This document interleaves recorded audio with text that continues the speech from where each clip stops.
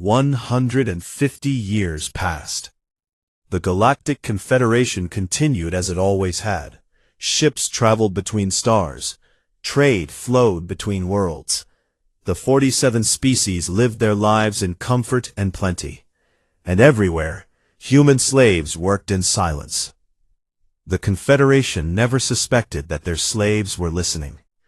Dr. Rebecca Torres had been taken from Earth when she was 7 years old. Her parents had been sent to different planets. She never saw them again. For the first 5 years, she worked in a factory on a Mandari colony world, sorting parts until her small fingers bled. But Rebecca was smart. Very smart. The Sheth, a species of crystalline beings who valued intelligence above all else, noticed her abilities. They took her to Sheth Prime, their homeworld, to work as a computational assistant. The Sheth believed they were the smartest beings in the galaxy. Their crystalline brains could process information faster than any computer. But there were some problems their minds could not solve. Human intuition, the ability to make leaps of logic without knowing why, was something the Sheth lacked. Rebecca became valuable. Over the years, she was given more and more important work. She solved equations that Sheth mathematicians had struggled with for centuries. She found patterns in data that their perfect logic could not see. The Sheth trusted her because they did not believe she was a threat. To them, she was a useful tool, nothing more. They did not know that Rebecca had spent 33 years memorizing everything. Every weapon design that passed through her station, every defensive protocol, every secret communication. She stored it all in her human memory, the one place the Sheth could not scan. Rebecca was not alone. Across the Confederation's 400 star systems, human slaves held positions that seemed unimportant. They cleaned the floors of military command centers. They maintained the engines of warships. They served food at diplomatic meetings where admirals discussed secret battle plans. The aliens spoke freely in front of their slaves. Why would they hide their words? Humans were property. Humans were beneath notice. Humans were too simple to understand what they were hearing. That belief would cost them everything. On a frozen moon called H7, human miners worked in conditions that killed most within 5 years. The radiation from the minerals they extracted ate through their bodies slowly. There was no medical care. When a slave became too sick to work, they were simply replaced. A man named Christopher Blake had worked on H7 for 12 years. He had been a physics professor on Earth before the invasion. Now he was a dying man with radiation burns covering half his body. The doctors gave him 3 years to live, maybe less. He cared about what he had found. Deep in the mines, buried under millions of tons of rock, was a data vault. It had been placed there thousands of years ago by a species that no longer existed. The Confederation had forgotten about it, but Christopher found it. Inside the vault was information about the Nexus, the central hub that controlled all Confederation communications and defense networks. The location had been kept secret for 12,000 years. Now Christopher knew it. That night he used a smuggled quantum communicator to send a message to the Remembrance Network. His fingers were shaking, and his vision was blurred from the radiation sickness. But he typed every word clearly. Found the Nexus. Sending coordinates. Make them pay. He died 2 months later, alone in his cell, with a smile on his ruined face. The information traveled through 1,000 hands. Each human slave added their own piece to the puzzle. A cook on a Velthari battleship who knew the shield frequencies. A cleaner on a Korax space station who had mapped every security patrol. A nursemaid on Mendari Prime who had overheard the planetary defense codes while caring for a general's children. Piece by piece, the Remembrance built a complete picture of the Confederation's weaknesses. Admiral Catherine Walsh had died 60 years earlier, but her mission continued. Her successor was a woman named Laura Chen. Laura had been born in a labor camp on a Korax mining world. She had never known freedom. She had never seen Earth. but she carried the flame of revenge in her heart, like it was the only thing keeping her alive. Laura had escaped from slavery at age 16, with the help of the Remembrance.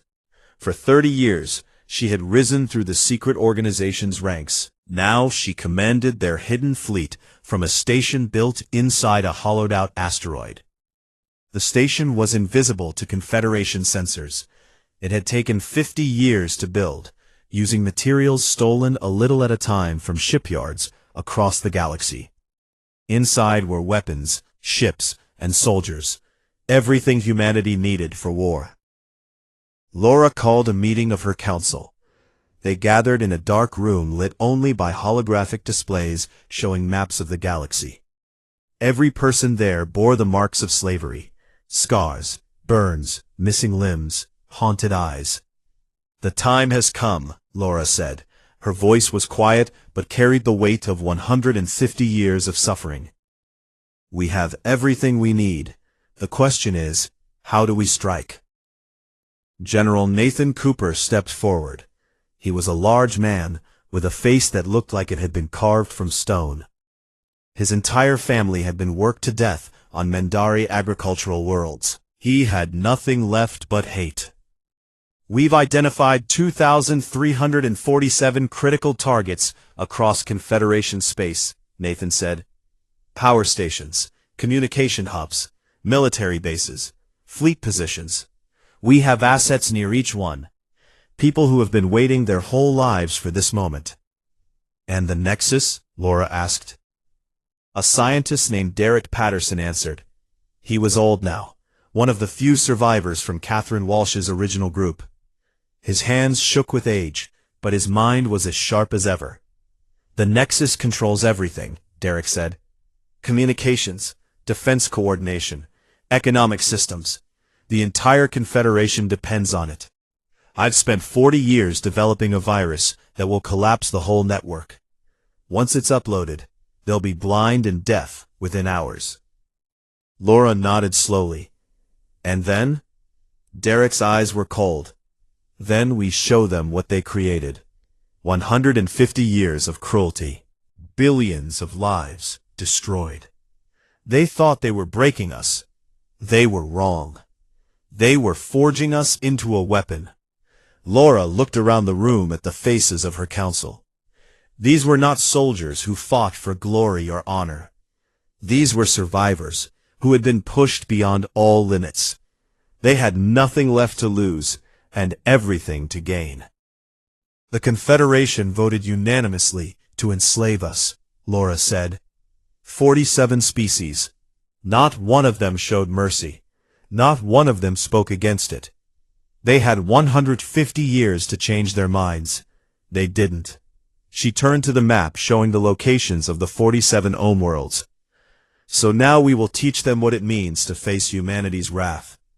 We will burn their worlds. We will shatter their fleets. We will make them feel every moment of pain they inflicted on us, multiplied 1,000 times." The council members nodded. There were no objections. There was no talk of mercy or negotiation. Those options had died long ago, in the mines and the factories and the pleasure houses where humans had suffered for generations. Laura raised her hand. "Begin Operation Liberation. May they regret the day they found us." Across the galaxy, hidden signals went out. Sleeper agents activated. Ships powered up. Weapons came online. The Confederation had no idea what was coming. They had grown comfortable with their slaves. They had forgotten that even the most broken chains can be turned into weapons. In 6 hours, the galaxy would change forever. In 6 hours, the Confederation would learn a truth that would cost them everything. Humanity remembers, humanity endures, and humanity repays. The day of reckoning had arrived. The Confederation called it a normal day. The humans called it Liberation Day. History would remember it as the Day of Fire. At exactly 600 hours Galactic Standard Time, a human woman named Megan Harris sat at her workstation on the Nexus. She had worked there for 20 years, maintaining the communication systems that connected every corner of the Confederation. Her alien supervisors trusted her completely. She was quiet, obedient, and very good at her job. They did not know that she was a member of the Remembrance. Megan's hands did not shake as she uploaded the virus. She had practiced this moment in her mind 1,000 times. The data package was small, hidden inside a routine maintenance file. No alarm sounded, no warning appeared. The virus began to spread. Within 30 seconds, a HFY security officer noticed unusual activity in the system. He traced it to Megan's station. He looked at her with his crystalline eyes, confused that such a simple creature could cause problems. "What have you done?" he asked.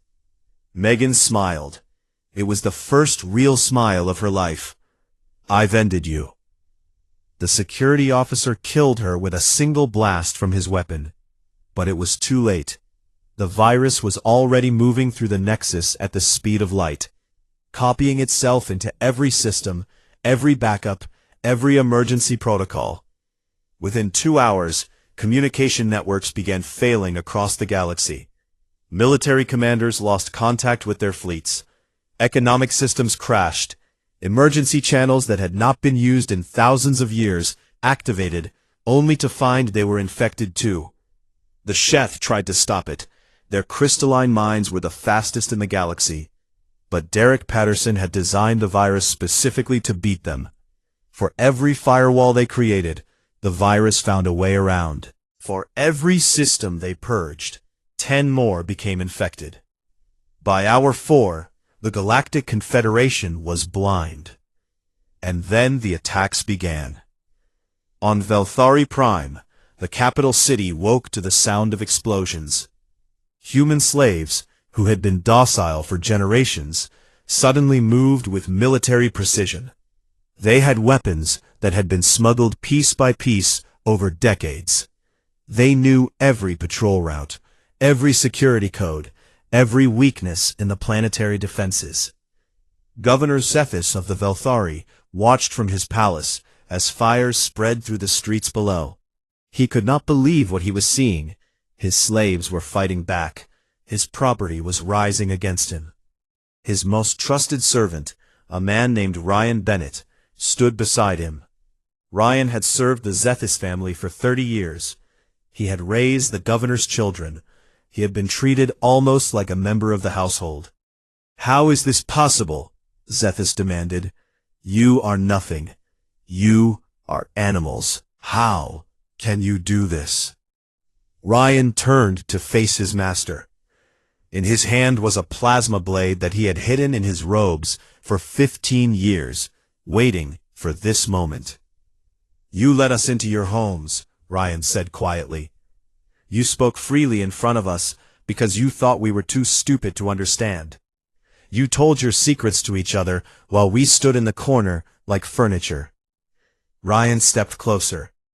The governor tried to back away, but found nowhere to go. "We understood everything, every secret, every weakness, every code." Ryan's voice was calm and cold. "You had 150 years to treat us like people. You chose not to. This is the result."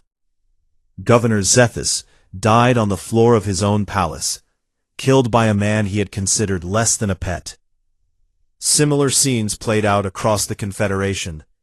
On Corax Prime, human miners detonated explosives that had been hidden in the planet's mining infrastructure over 50 years. The blasts triggered chain reactions that set off volcanoes across the surface. Within hours, the planet was burning. On Mandari Prime, human agricultural workers released engineered diseases into the food supply.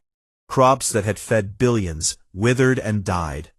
The Mandari, who had always prided themselves on their farming expertise, watched helplessly as their world began to starve. But the true destruction came from space. The Remembrance had spent 150 years building a secret fleet. 200 warships, constructed in hidden shipyards, crewed by escaped slaves and their descendants. They had waited in the darkness between stars, patient and hungry. Now they struck. Admiral Laura Chen stood on the bridge of her flagship, the Retribution. It was a ship built entirely by human hands, using technology that the Confederation had never seen. Human engineers had not simply copied alien weapons. They had improved them. "All ships reporting ready," said her tactical officer. Laura looked at the view screen, showing Sheth Prime. The crystalline world was beautiful, its surface covered in towering spires that caught the light of its sun. 4 billion Sheth lived there, 4 billion beings who had voted to enslave humanity. 4 billion beings who had used humans for their computational abilities and treated them like living machines. "Target the population centers," Laura ordered. "Maximum yield." The bombardment began. Weapons that the Sheth did not know existed rained down on their world. Spires that had stood for 10,000 years shattered like glass. Cities that had been built over centuries vanished in seconds. The Sheth tried to fight back, but their defense systems were offline, crippled by the virus. The attack lasted 12 hours. When it ended, Sheth Prime was a broken ruin. Its beautiful spires had been reduced to radioactive slag. Of the 4 billion Sheth who had lived there, fewer than 100,000 survived. Dr. Rebecca Torres watched the destruction from the Retribution's observation deck. She had spent most of her life on that world, solving problems for masters who considered her less than an animal. She had seen friends die when they stopped being useful. She had been forced to watch as humans were punished for the smallest mistakes. She felt nothing as Sheth Prime burned. There was no guilt, no satisfaction, only emptiness. A young officer approached her. "Dr. Torres, Admiral Chen wants you on the bridge." Rebecca nodded and followed him. The war was just beginning. There were 46 more species to deal with.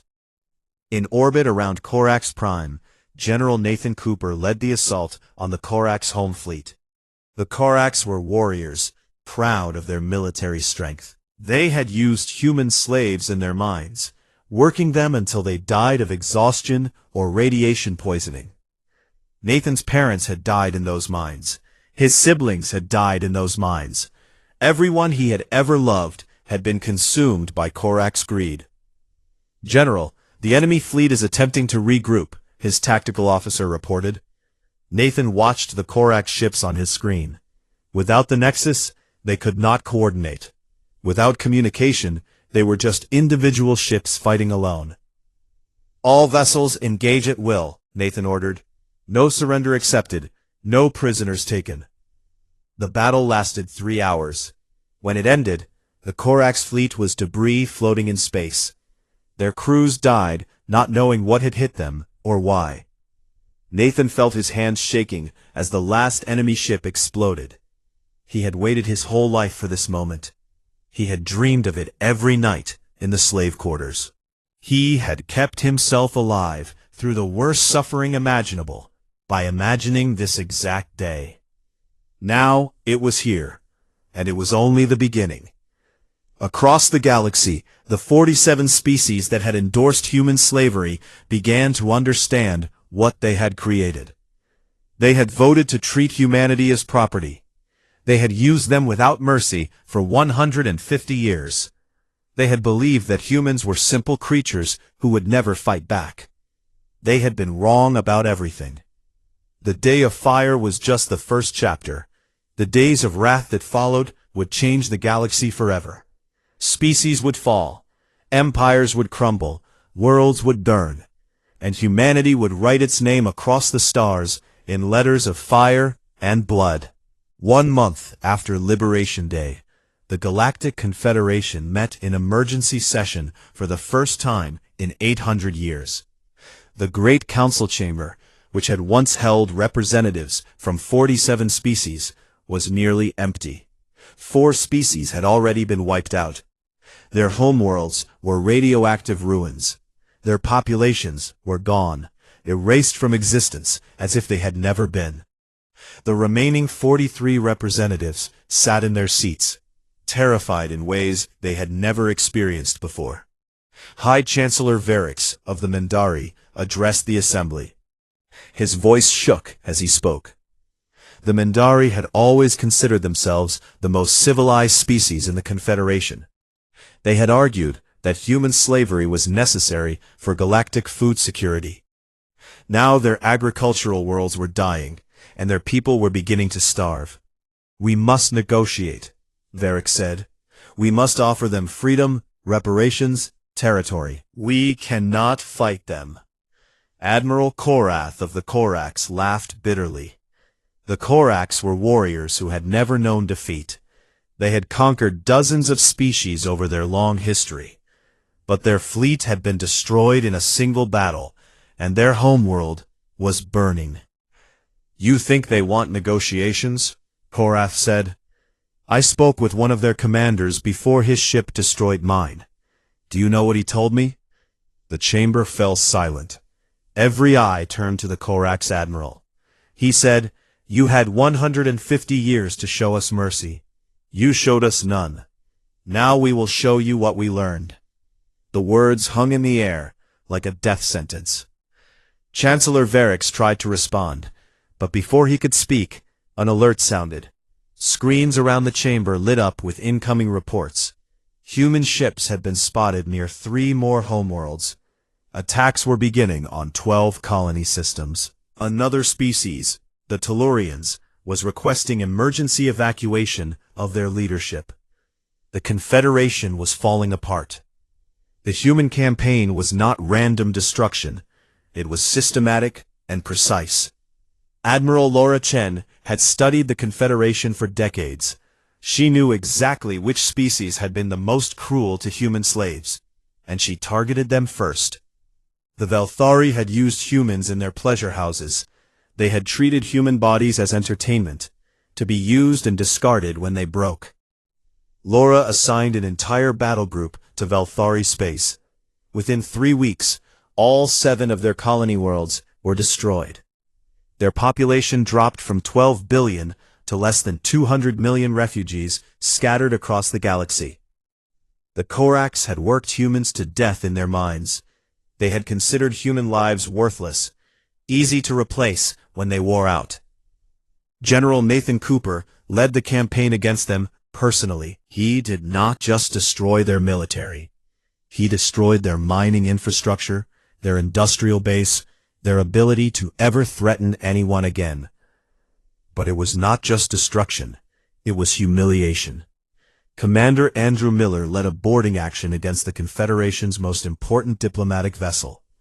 On board were 300 high-ranking officials from 20 different species. Politicians, generals, governors, all captured in a single operation. Andrew did not execute them. That would have been too easy. Instead, he transported them to a human colony world called New Hope. It was a farming planet, settled by escaped slaves 50 years earlier. The soil was poor, the work was hard, life there was difficult. The prisoners were put to work in the fields. "You classified us as labor stock," Andrew told them, as they were led to their new quarters. Simple huts with dirt floors. "You decided that our purpose was to work for you. Now you will understand what that means." The prisoners worked from sunrise to sunset. They planted crops. They carried water. They did the same back-breaking labor that humans had done for them for 150 years. When they complained, they were told what human slaves had been told. "This is your purpose. This is what you are for.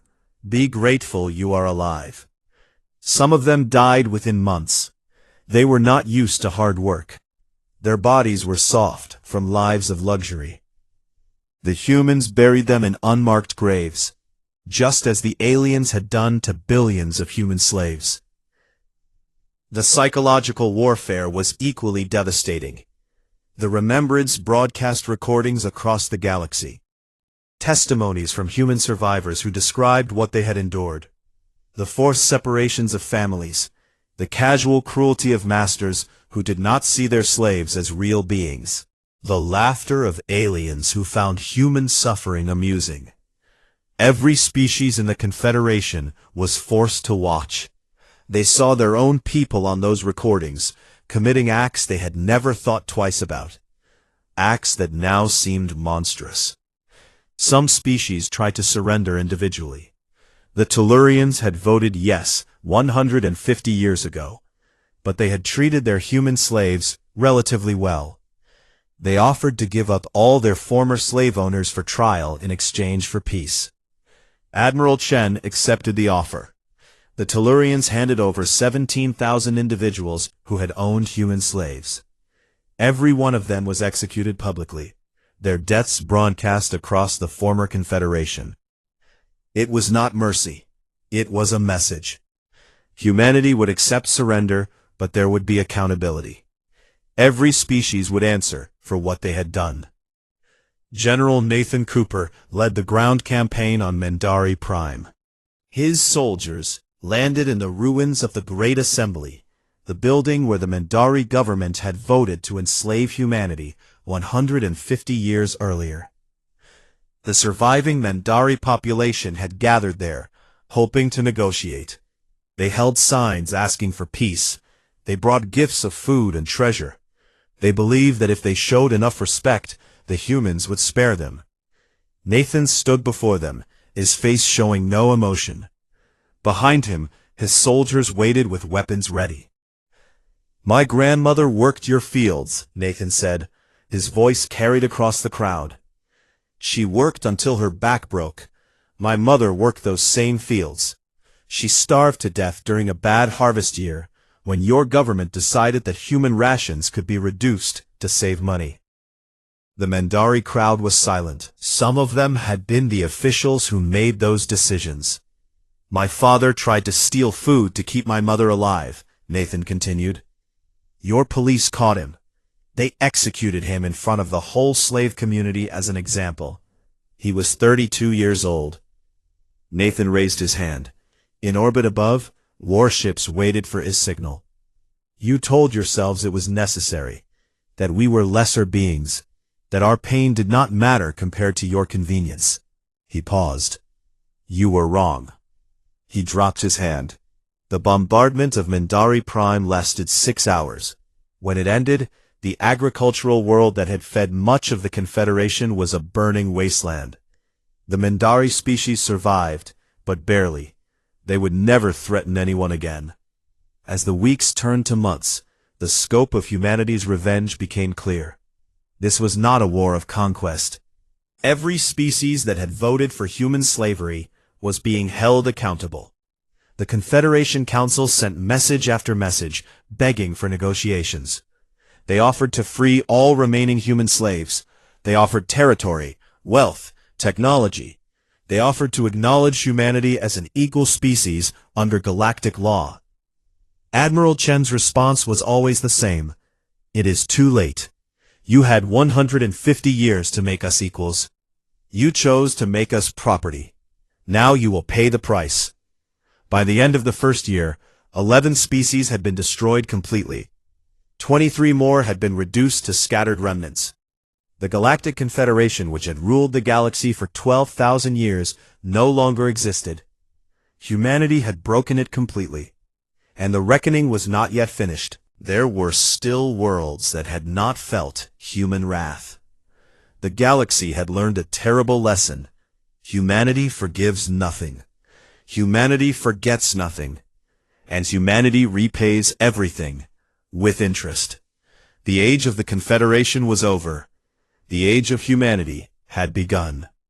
5 years after Liberation Day, the galaxy was unrecognizable. The Galactic Confederation, which had ruled for 12,000 years, was gone. Of the 47 species that had endorsed human slavery, 11 had been completely wiped out. Their worlds were dead, their populations erased, their names remembered only as warnings to others. 23 more species had been reduced to scattered survivors. They lived as refugees on the edges of human space, dependent on human charity for their survival. The empires they had built over thousands of years were nothing but dust and memory. The remaining 13 species had surrendered unconditionally. They had accepted terms that many called slavery in reverse, though the humans were careful to use different words. They called it reparative labor. The former masters now worked to repair the damage they had caused. Admiral Laura Chen did not live to see the final victory. She died, leading the assault on the Confederation's last military stronghold, a fortress that had held out for 3 years.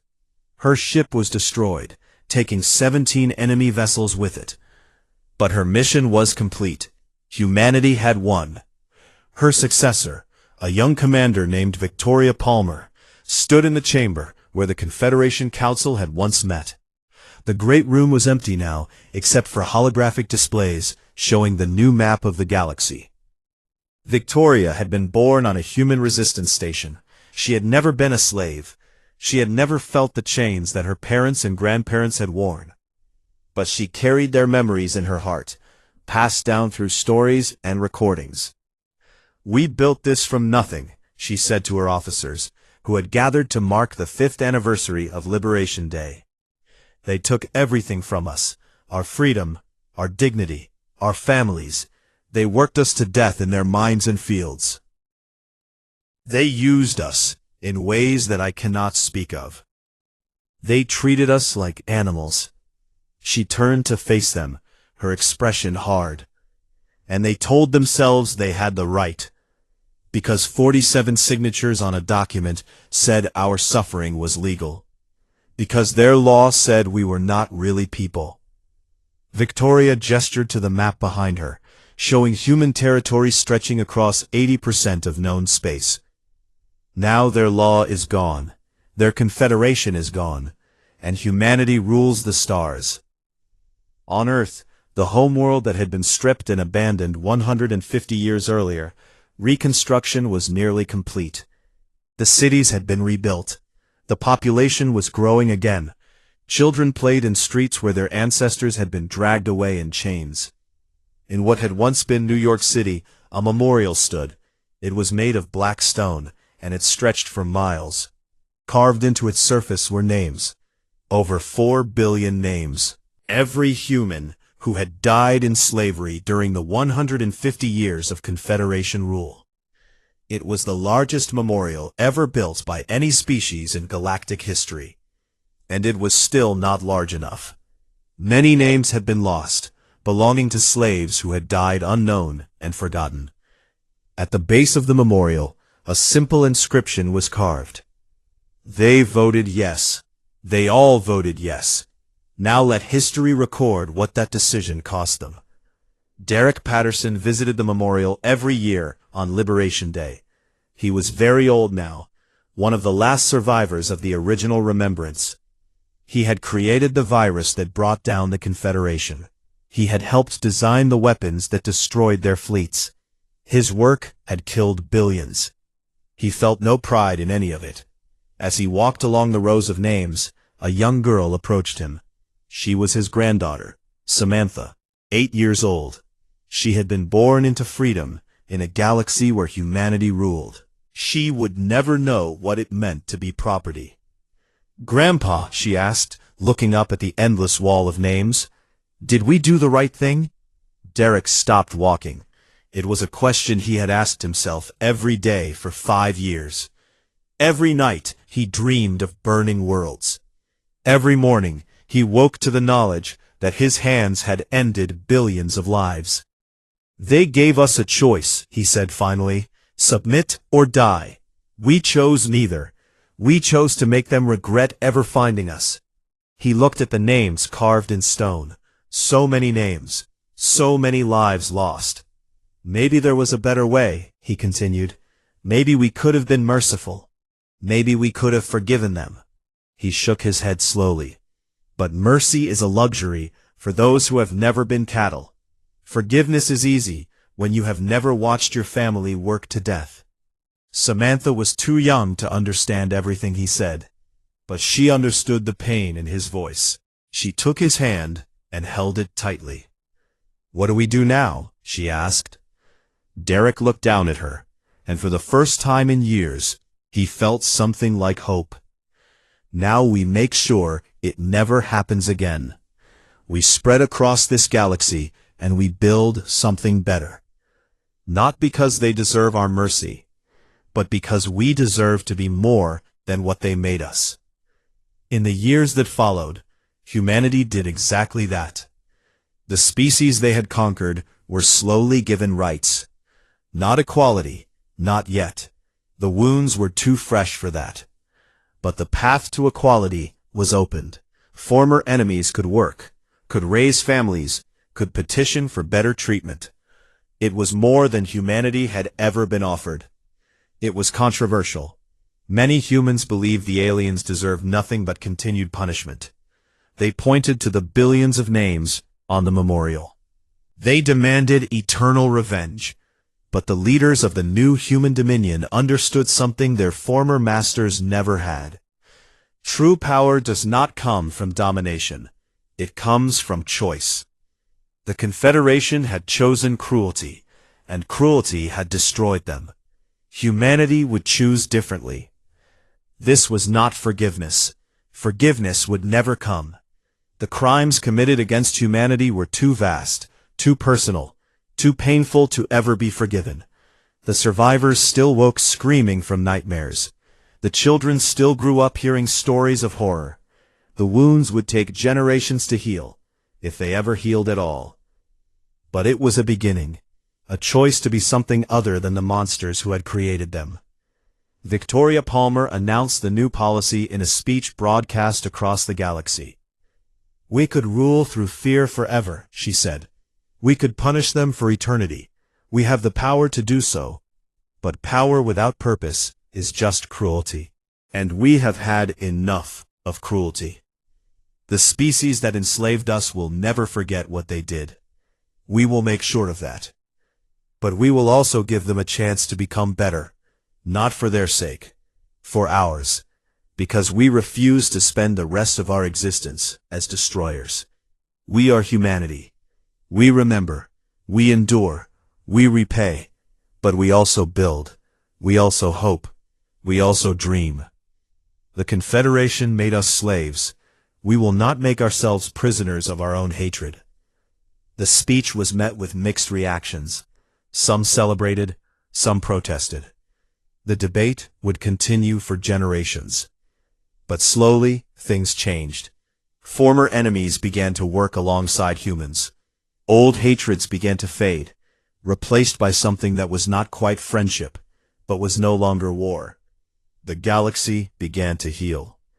On a lonely monument, floating in the void between stars, the final words of Admiral Laura Chen were inscribed.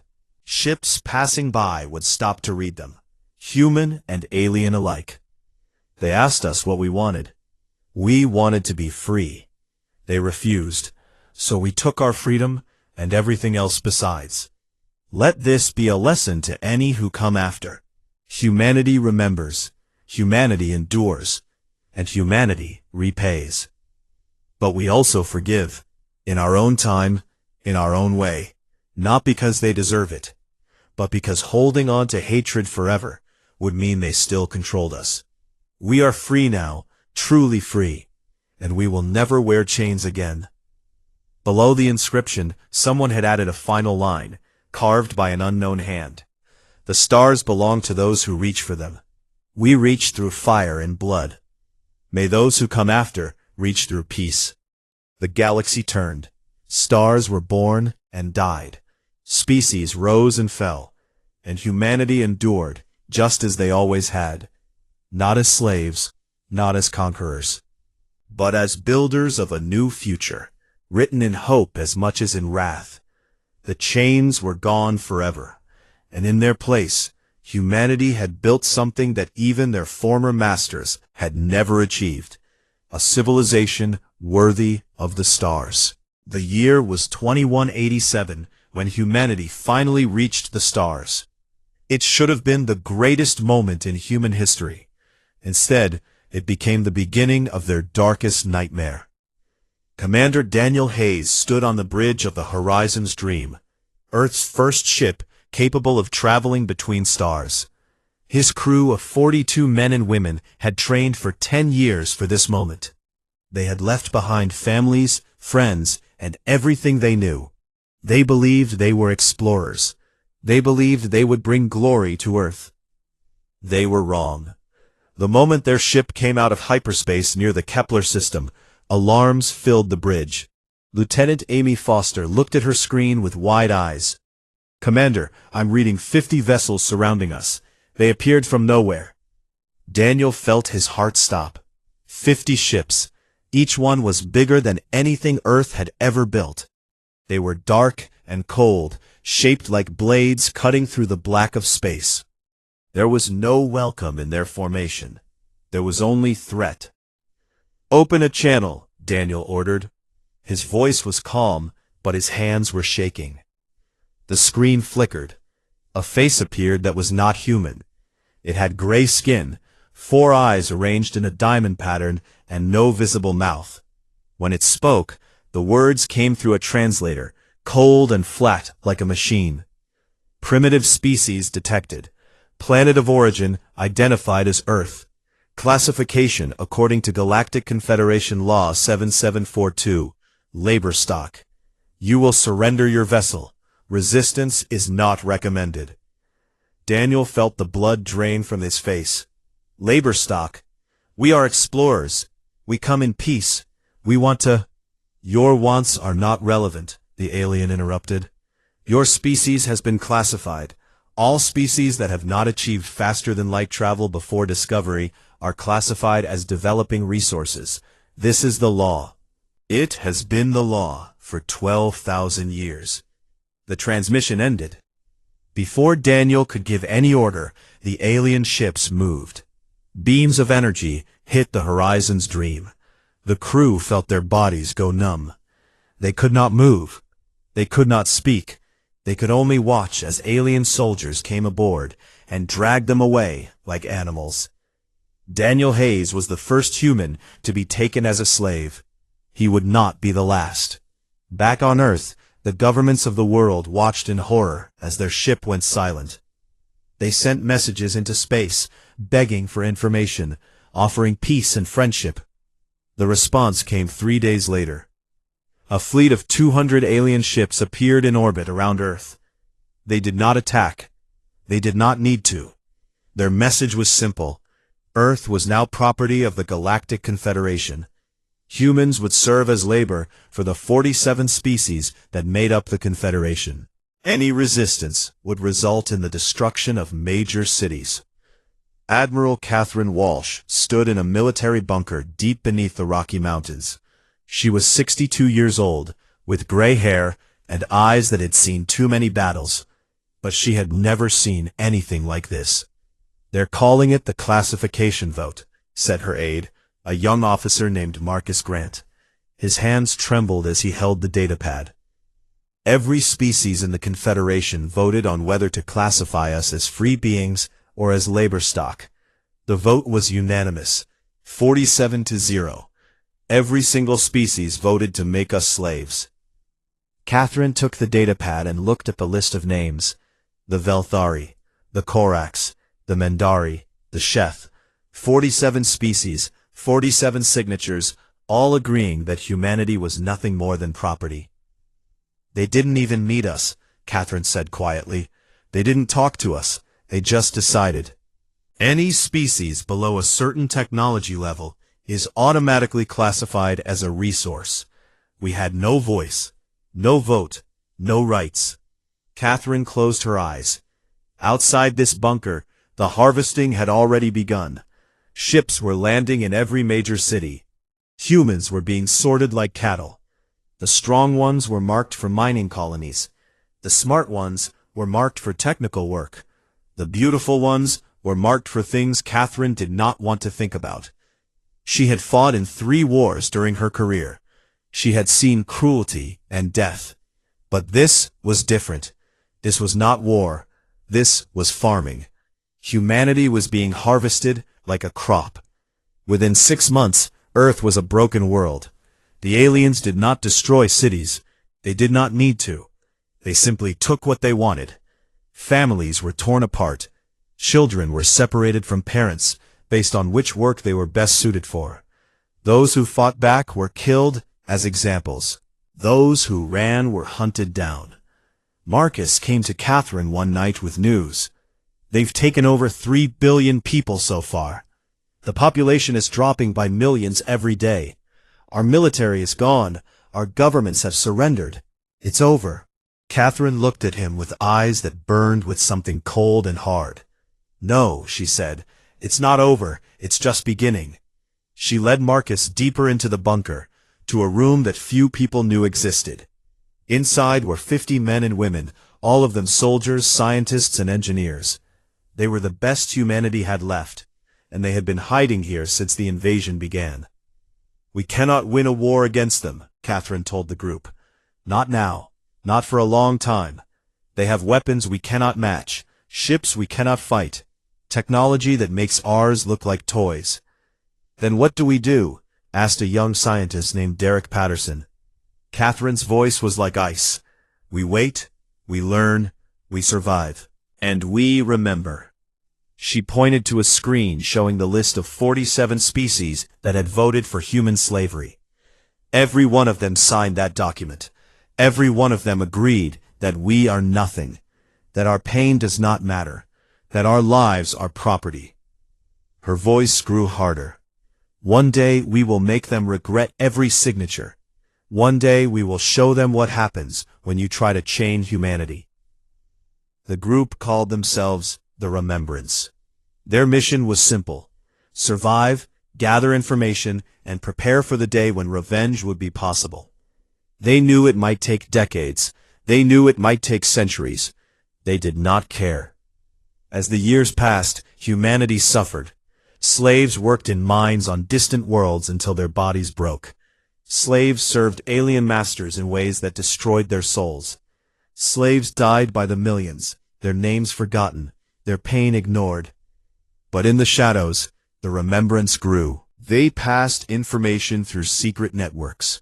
They recruited new members from the slave population. They waited and watched and learned. And they never forgot a single name on that list of 47. 150 years would pass before humanity was ready. 150 years of chains and suffering and death. But when the time came, the galaxy would learn a terrible truth. There is nothing more dangerous than a human with a reason for revenge. The species of the Confederation thought they had tamed humanity. They thought they had broken them. They thought wrong. The chains were coming off, and when they did, the stars themselves would burn.